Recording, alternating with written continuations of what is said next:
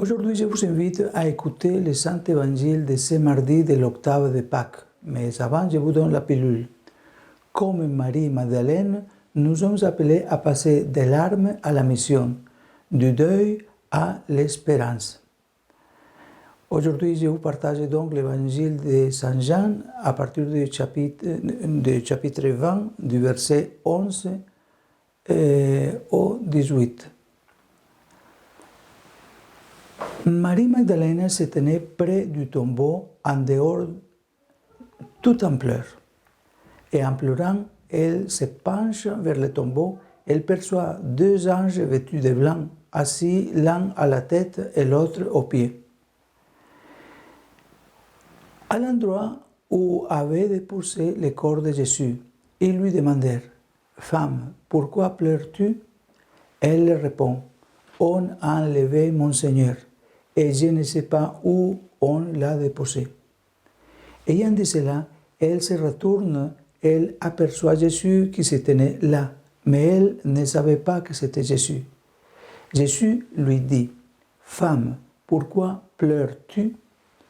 Qui cherches-tu » Le prenant pour le jardinier, elle lui répond « Si c'est toi qui l'as emporté, dis-moi où tu l'as déposé, et moi j'irai le prendre. » Jésus lui dit alors « Marie ». S'étant retournée, elle lui dit en hébreu « Rabboni », c'est-à-dire « maître ». Jésus reprend « Ne me retiens pas, car je ne suis pas encore monté vers le Père.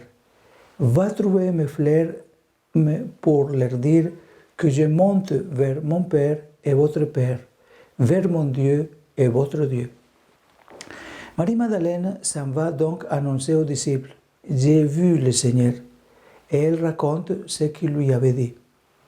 Acclamons la parole de Dieu. Louange à toi, Seigneur Jésus. Ce passage nous présente Marie-Madeleine, une femme qui passe d'une profonde tristesse à la joie de la résurrection. Son processus intérieur reflète le chemin que nous empruntons tous en période d'incertitude et de douleur. Marie pleure devant le tombeau vide. Leur tristesse ne vient pas seulement de la mort de Jésus, mais aussi de la perte apparente de sa présence. Cela reflète l'expérience humaine du deuil et de la désorientation face à la perte de ce qui donne un sens à nos vies. Aujourd'hui, dans un monde marqué par la souffrance et l'incertitude, beaucoup se sentent comme Marie, perdus, ne sachant pas où trouver l'espoir. Cependant, Dieu ne reste pas étranger à notre douleur.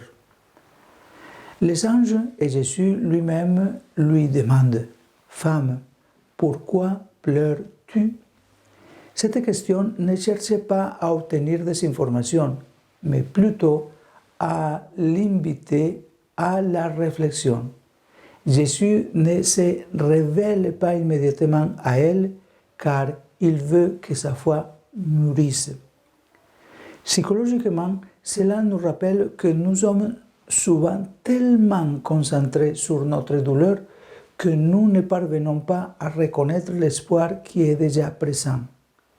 Jésus est à côté de Marie, mais elle ne le voit pas parce qu'elle s'accroche encore à son idée d'un Jésus mort. Tout change lorsque Jésus l'appelle par son nom, Marie. À cet instant, son monde est transformé. C'est une rencontre personnelle, profonde, où elle redécouvre son identité et son but.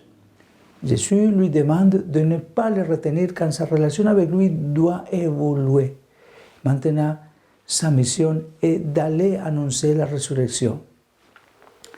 Alors nous, comment pouvons-nous vivre cet évangile? Ouvrons nos yeux à l'espoir, en reconnaissant que le Christ est présent même au milieu de la douleur. Écoutons notre propre appel personnel, car Dieu nous connaît par notre nom et nous invite à une relation vivante avec lui. Partageons la joie de la résurrection, particulièrement en cette année jubilaire de l'espérance, en apportant aux autres le message de vie et de renouveau. Comme Marie-Madeleine, nous sommes appelés à passer des larmes à la mission, du deuil à l'espérance. Le Christ est ressuscité et nous envoie pour l'annoncer. Que par sa grâce, on arrive à le faire. Au nom du Père et du Fils et du Saint-Esprit. Bonne Pâques!